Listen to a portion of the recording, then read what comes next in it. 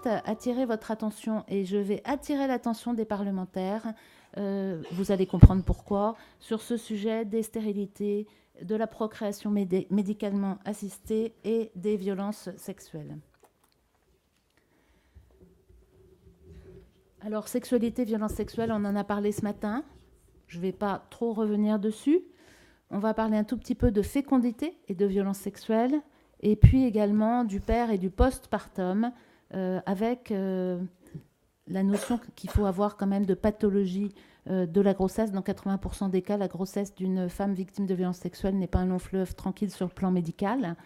Il faut rappeler sur le sujet des violences conjugales que les hommes, pendant les périodes de grossesse, les hommes qui ont été eux-mêmes victimes de violences sexuelles ont souvent des résurgences d'amnésie traumatique, et que l'on n'a pas encore fait assez les liens avec l'augmentation des violences conjugales pendant la grossesse et les passés de violences sexuelles, de vécu de violences sexuelles chez les hommes. Et je dirais un tout petit mot de l'allaitement. Donc, contrairement à ce que certaines personnes ont dit sur les ondes, et ce qui a fait un tollé général, la sexualité est impactée dans 100% des cas chez les personnes victimes de violences sexuelles. Dans plein de registres, des questionnements sur l'identité sexuelle qui sont extrêmement fréquents. C'est important que le corps médical ouvre la parole aussi systématiquement sur le sujet, parce que quand on pose la question, on va s'apercevoir que beaucoup de questionnements se posent chez les femmes comme chez les hommes. On a déjà reparlé un petit peu dans la journée des problèmes d'hypo ou d'hypersexualisation. J'ai été passionnée par la remarque du docteur Janton, parce que je n'avais pas vu sa présentation ni quoi que ce soit, sur les lésions peut-être cérébrales qui feraient un lien avec certains comportements addictifs. Donc on va suivre le sujet, parce qu'effectivement, les addictions dans tous les registres sont extrêmement fréquents. Alors, hypersexualisation, c'est une modalité d'addiction. L'alcoolisation est une modalité d'addiction, mais il y a plein de choses. Là aussi, je vais vous interpeller, les parlementaires, là, faites en sorte qu'on ne légalise pas le cannabis dans ce pays, qui fait des dégâts dans le cerveau. Donc il faut absolument que vous y arriviez, parce que j'ai vu que des présidentiables avaient ça dans leur projet. Les gens qui sont des gros consommateurs de cannabis ou de drogue, il faut aller leur poser la question, avez-vous vécu des violences sexuelles aussi quand même? Donc là, on compte sur vous. Les cadres de référence familiaux et sociétaux, merci, on a abordé le sujet largement.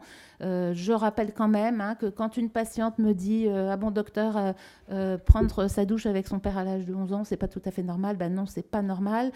C'est quand on a ces cadres de référence familiaux qui sont perturbés qu'on va pouvoir laisser sa fille prendre sa douche avec son propre conjoint.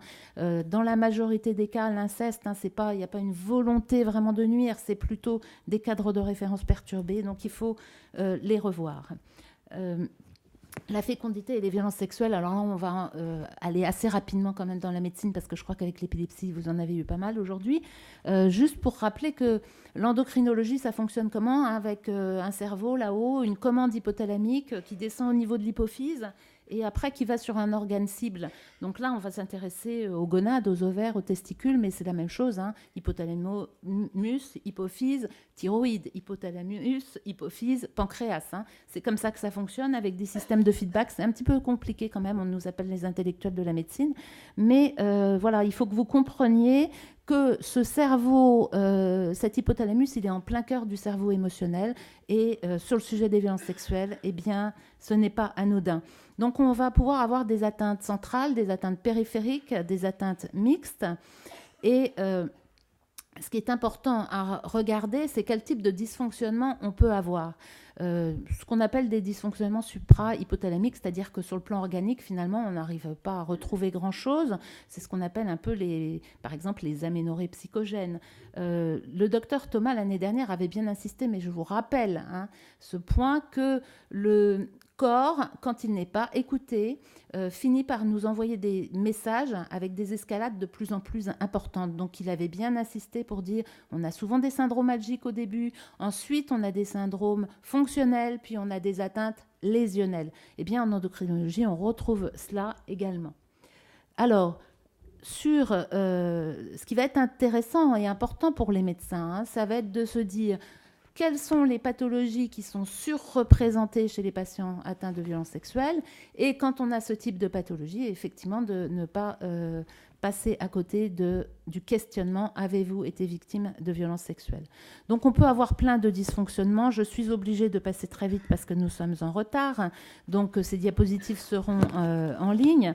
Je vais donc quand même souligner que dans les processus de fécondation in vitro, avant de faire une FIV, dans les centres de PMA, on va quand même faire un spermogramme en général aux messieurs. Mais dans ce pays, ce qui est absolument dramatique, c'est qu'on ne s'occupe pas des hommes. C'est-à-dire, en gros, on fait un spermogramme, vous avez un spermogramme normal, vous avez un spermogramme pathologique. Dès lors que vous avez un spermogramme pathologique, on passe en FIV, en ICSI, en tout ce que vous voulez. Et on ne va pas encourager les hommes à avoir une consultation d'endocrinologie ou d'urologie. Et du coup, c'est doublement perturbant parce qu'il y a un certain nombre de pathologies du spermogramme qui sont corrigeables. Une hypothyroïdie peut entraîner des pathologies du spermogramme. Donc ça veut dire qu'on ne prend même pas le temps d'aller voir ce qui se passe chez les hommes. Et deuxièmement, bien entendu, si on corrige l'hypothyroïdie, on risque d'avoir une amélioration du spermogramme et donc de ne pas être obligé de recourir aux FIV. Donc il est important d'avoir la conscience de toutes ces pathologies qui peuvent être impliquées et de les soigner avant toute chose plutôt que d'aller bombarder aussi les femmes avec de doses d'hormones, ce qui n'est quand même pas toujours très bon pour elles. Et il va être important aussi, comme par exemple, vous voyez ici cette fameuse endométriose, par exemple, dont on n'arrête pas d'entendre parler sur les ondes et où tout le monde fait peur aux femmes en leur disant si vous avez une endométriose, vous aurez un problème de stérilité, de faire les liens. L'endométriose, c'est clairement une pathologie qui est surreprésentée, par exemple, chez les personnes qui ont été victimes de violences sexuelles. Et moi, je passe mon temps à voir des patientes en consultation qui ont des endométrioses et à qui on n'a absolument pas posé les questions.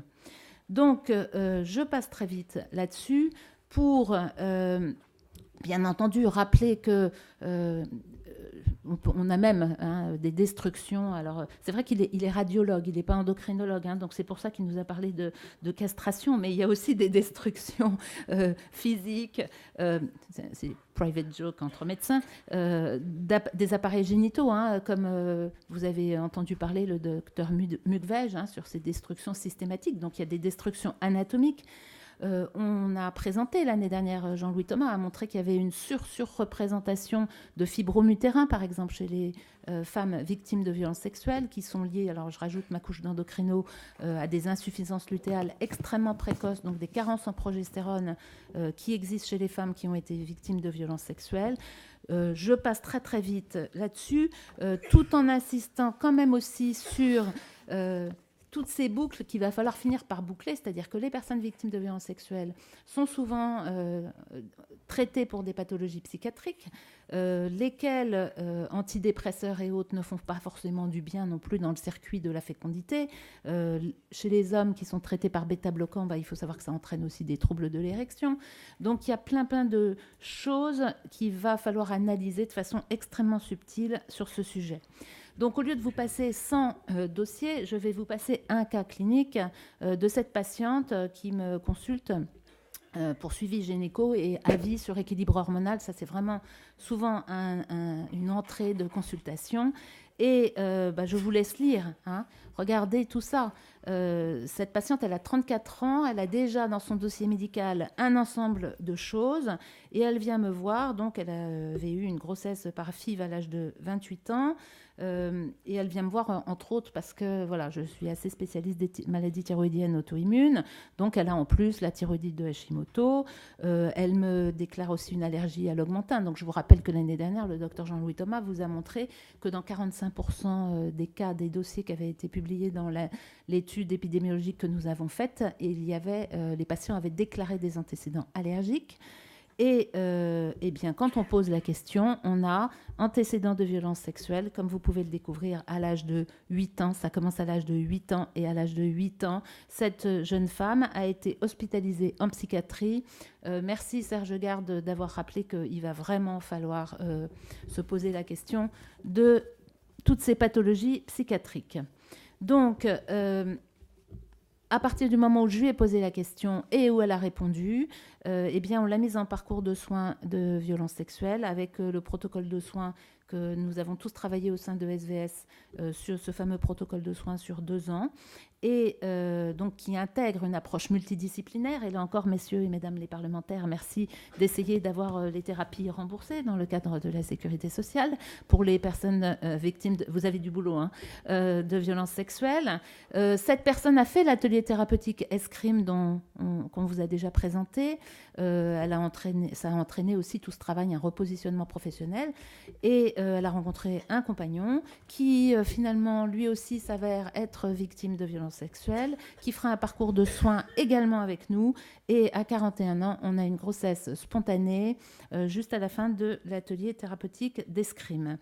Voilà, donc c'est pour vous dire que je suis obligée de passer vite, mais qu'il faut que dans les centres de PMA, Frédéric, si tu veux conduire une étude là-dessus, sur ce sujet, qu'est-ce qui se passe quand on pose systématiquement la question aux personnes ça serait formidable, si ce n'est déjà fait dans ton service. Et pour dire donc que c'est aussi, dans les suites en père et postpartum, extrêmement important. Je vous en ai parlé. J'insiste sur l'allaitement. Hein. Si on pose, et les sages-femmes le savent, si on pose la question quand même aux femmes qui ne veulent pas allaiter, on va en trouver un grand nombre qui ont été victimes de violences sexuelles. Pourquoi ? Parce qu'il y a une vraie problématique du toucher, déjà. Et d'autre part, les femmes victimes de violences sexuelles ont toujours peur, soit d'être trop intrusives, soit de ne pas l'être, enfin pas être assez proche du bébé. On a du mal à se situer et c'est important de les accompagner là-dessus. Donc en conclusion, il faut dépister les antécédents de violences sexuelles devant des profils évocateurs et mettre en soin avant tout projet de grossesse. C'est le gros projet de prévention en périnatalité que nous avons sur SVS et beaucoup de sages-femmes ici ont été formées et continuent de se former et il faut le mettre en place. Je rappelle qu'il y a 800 000 naissances à peu près bon an mal an en France. Ça fait à peu près 700 000 couples à accompagner avec les gémellaires et autres. Donc, ces grossesses sont super bien suivies en France. On a tout le monde sous la main. Donc, c'est vraiment l'endroit indispensable pour faire la prévention. Et il est important donc d'explorer les anomalies du spermogramme chez les hommes, d'aller leur poser la question aussi des violences sexuelles. Il faut, à mon sens, instaurer un dépistage systématique des violences sexuelles dans les centres de PMA. Je pense qu'on fera beaucoup d'économies aussi parce que ça coûte cher, les FIV. Et je ne parle pas bien entendu des économies de souffrance humaine. Et il faut accompagner les couples dont un ou les conjoints ont été victimes de violences sexuelles. Là aussi, c'est fait partie de nos gros programmes de prévention. Je vous remercie.